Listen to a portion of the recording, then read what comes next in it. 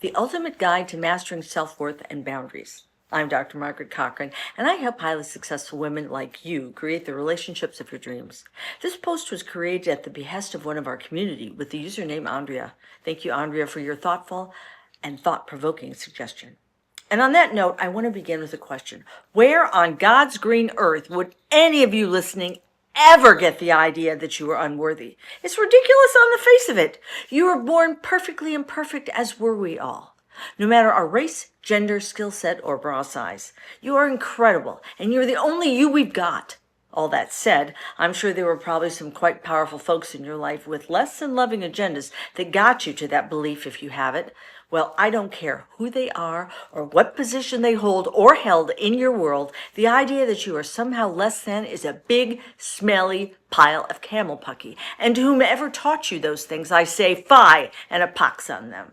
First of all, it's important to note that boundaries and self-worth are inexorably linked, and anyone who wants to break you down and convince you that you're not worthwhile starts with your boundaries.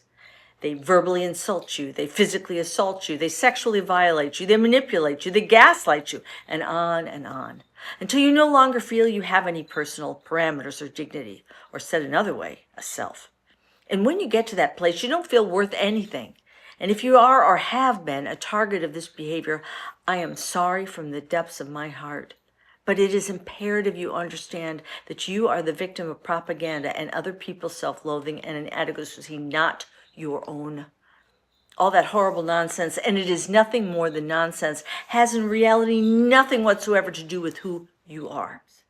The key to healing from brainwashing and negative manipulation is to be able to step back and recognize that you are not the cause of it.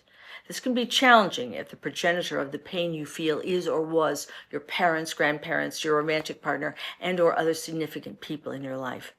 Understand that in pathological relationships, everything that can be done will be done to suppress your growth as a human being. And as we discussed, part of this process involves stripping you of any sense of personal power and boundaries. And as a result of that, guess what kind of romantic partners you choose? Yeah, you're already there.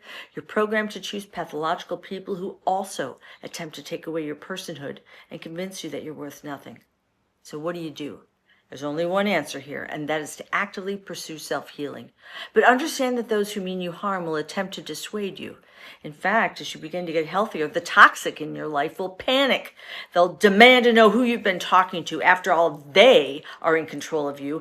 And if you're not behaving properly, someone else must be pulling the marionette strings. Because you belong to them. You have no self. Well, you know what I say? Tough toenails. You do have a self and needs and feelings, and you deserve to give and receive love no matter what.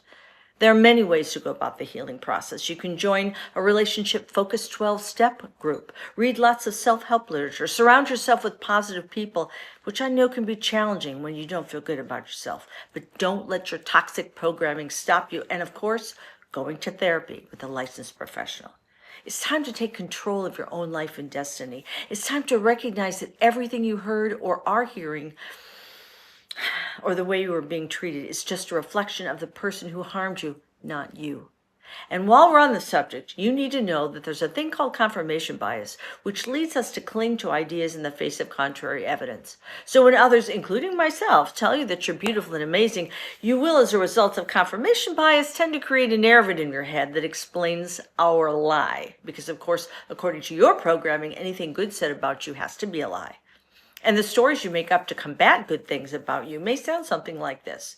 The person or people who are saying good things about you are, select one or all of the following: manipulating you in some way, just being kind, going to hurt you if you let them in, being fooled by the false masks of self-confidence and competence you wear, and on and on and on.